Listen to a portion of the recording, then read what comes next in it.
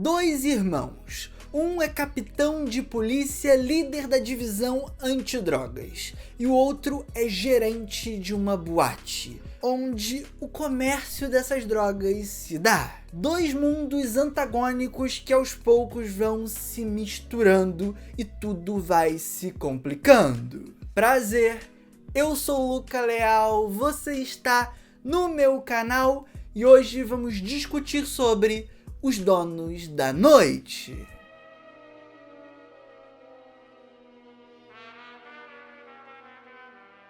Chegamos ao terceiro filme da filmografia de James Gray, Os Donos da Noite, lançado em 2007. Até então, é o meu filme favorito do diretor. Que soco no estômago, que impacto! Mas eu quero começar essa crítica aqui destacando como todos os filmes do James Gray parecem que em algum grau estão conectados. É como se a filmografia dele fosse uma escada e cada filme um degrau. Eles fazem parte de uma unidade, ao mesmo tempo que tem suas próprias características, e a cada nova etapa existe uma espécie de evolução na jornada. Os filmes vão se tornando mais sólidos, mais maduros, e eu realmente não sei o que esperar daqui pra frente, porque eu realmente acho que ele atingiu o auge. E a interseção que eu encontro, o que une todas essas etapas da jornada, ao meu ver, é a família. Um elemento central nesses três filmes, e que, pelo que eu sei, vai também aparecer em futuras produções dele. A forma com que ela vai sendo desconstruída ou reforçada é muito bonita, ao mesmo tempo que trágica. São filmes que operam geralmente com base em sentimentos um tanto quanto primários, mas vão os aprofundando aos poucos. Isso é justamente o que acontece aqui. Por sinal, começando a se aprofundar especificamente nos Donos da Noite, esse é um filme que vai se estabelecer a partir de um trio.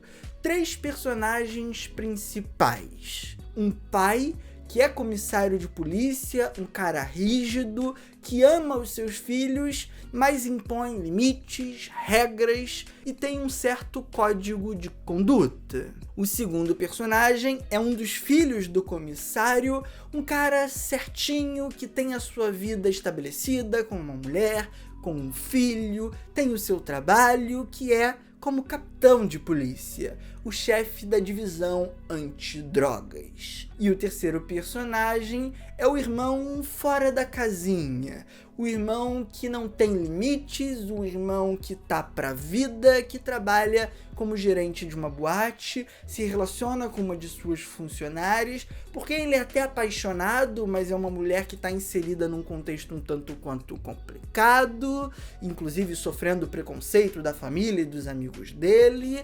E essas três figuras vão se relacionar de maneiras muito distintas, mas sempre muito intensas. Os irmãos não se dão tão bem, o pai é muito próximo de um e distante do outro, mas isso não impede que ele ame os dois igualmente e se entregue por completo para os dois, por mais que ele tente disfarçar isso. É aquela tridimensionalidade, é aquela complexidade de personagens que o James Gray sempre está fazendo e está fazendo muito bem. E toda essa dinâmica que existe entre esses três personagens parte de um princípio de relaxamento e tensionamento.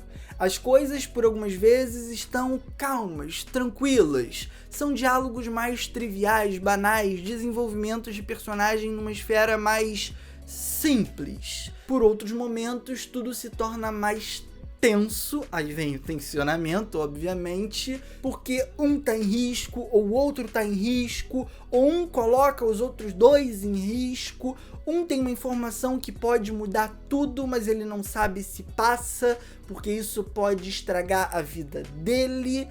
E esse sistema de tensionamento e relaxamento vai jogando com o público, brincando com o público, com os nossos sentimentos, a ponto de em várias sequências você não saber ao certo o que sentir. Você tá no meio de um turbilhão de emoções, completamente apático, não sabendo o que exatamente te espera no próximo passo, na próxima cena, no próximo plano. É como um elástico. Você vai esticar ele, você vai afrouxar ele, mas em determinado momento ele pode estourar. E quando ele estoura, não tem volta, não tem como voltar a brincar.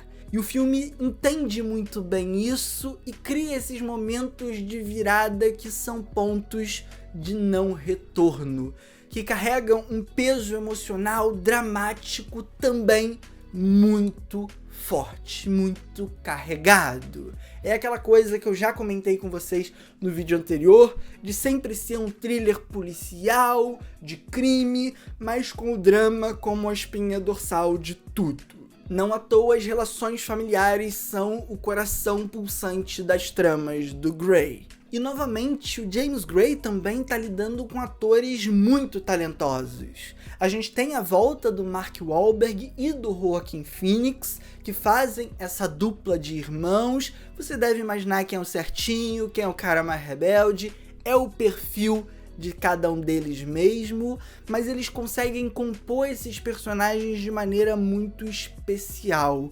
Eu destacaria inclusive o Joaquin Phoenix, que eu acho que ele tem mais espaço, afinal o personagem dele tem envolto de mais dilemas para brilhar.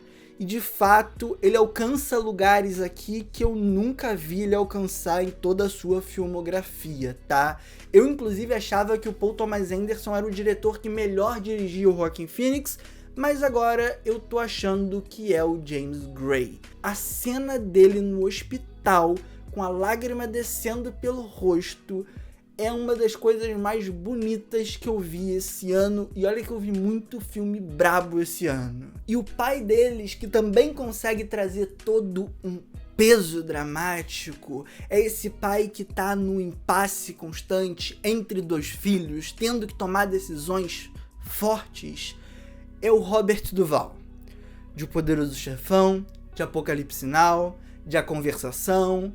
É só esse cara. E é curioso que esse é um filme de tantos tensionamentos e relaxamentos que por muitas vezes a sua percepção sobre determinados personagens vai se alterando. Eu amei e eu odiei o personagem do Joaquin Phoenix pelo menos umas 3 vezes cada. Ele ficava alternando pra mim muito facilmente. E eu acho que tá aí parte da graça desse filme.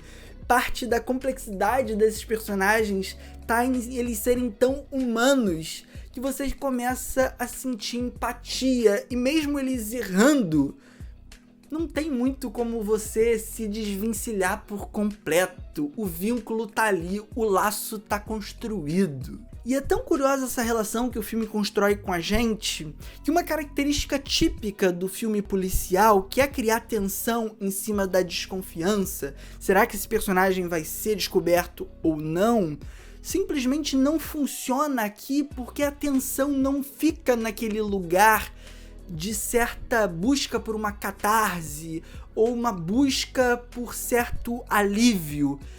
É uma tensão que desperta, pelo menos em mim, medo. É como se fosse pulada uma etapa. Eu começo a me importar com esses personagens tão intensamente que não existe prazer na sensação de estar tenso. É só angústia, é só desespero. E como eu já pontuei também nesses vídeos sobre o James Gray, ele é um cara um tanto quanto econômico na sua direção. Ele trabalha uma certa beleza, ele busca um primor técnico, evidentemente, mas ele nunca tá operando naquele lugar da mirabolância. Ele é um diretor muito pé no chão, da câmera na mão, da câmera no tripé, movimentos vagarosos. E ele vai buscar essas emoções justamente nos detalhes, valorizando o trabalho dos atores. É o que eu falei daquela cena do Joaquin Phoenix chorando. Não tem nada demais, mas é linda. É uma cena ultra poética. E ao fazer esse vídeo, eu realmente tô com um sentimento que eu não tô fazendo jus aos Donos da Noite. Porque é um filme que opera em um lugar, pelo menos pra mim, tão sentimental, tão visceral, no melhor sentido da palavra, de tocar as suas vísceras, que é difícil traduzir em palavras. Ainda mais se eu não posso entrar em spoilers, porque realmente eles acabam afetando muito a experiência do filme.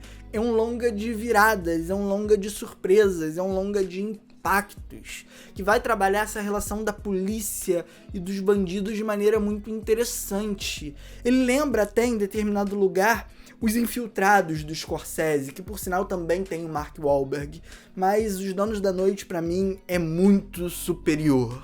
Em especial porque ele consegue incorporar a essa dinâmica do infiltrado uma carga dramática maior. Por mais que lá os sustos, os impactos sejam talvez um pouco mais chamativos, aqui essas viradas, as mortes, são mais sentidas. E é um filme também muito ousado na sua simplicidade de certas escolhas. A gente tem algumas passagens de tempo, por exemplo, que são resumidas em corte seco, o que poderia gerar um estranhamento, aqui funciona muito bem. A gente tem personagens que, para serem mostradas como ousadas ou ousados, tem uma demonstração tanto quanto abrupta daquela ousadia. Isso poderia parecer forçado em outros contextos, aqui não. É sensibilidade, é tato, é um diretor atento aos elementos, atento ao seu próprio filme e à história que ele tá contando ali. Então, até por conta dessa minha limitação de expressar mais sobre o filme, eu já vou caminhando pros finalmentes. E concluo dizendo que Os Donos da Noite é até então o meu filme favorito do James Gray e vai ser um tanto difícil algum outro chegar próximo disso aqui. No cenário contemporâneo do cinema, é pra mim um dos filmes que mais se aproxima àquela essência tão pulsante da nova Hollywood, de um cinema um tanto quanto naturalista, visceral, que reflete as angústias e o peso da sociedade, dos indivíduos, filmes complexos e robustos, repletos de identidade. E com isso, agora eu quero saber a sua opinião. Mas eu não quero saber qual o seu filme favorito do James Gray. Eu quero saber qual diretor contemporâneo você considera o melhor. Quem pode disputar ali com James Gray? Me conta aqui nos comentários. Vamos discutir isso, acho que tem muito pano pra manga. E aproveita que vai estar aqui embaixo, já curte esse vídeo, já se inscreve no canal ativando o sininho para receber as notificações, já compartilha e considere se tornar um membro. Com R$ 3,99 ao mês você recebe conteúdos exclusivos e recebe um selo especial para sempre que você comentar aqui no chat, eu ver que você é um membro, todo mundo vê que você é um membro e aí eu dou uma atençãozinha especial, como sempre, beleza? É isso, gente. Valeu, falou e fui. Até o próximo filme do James Gray.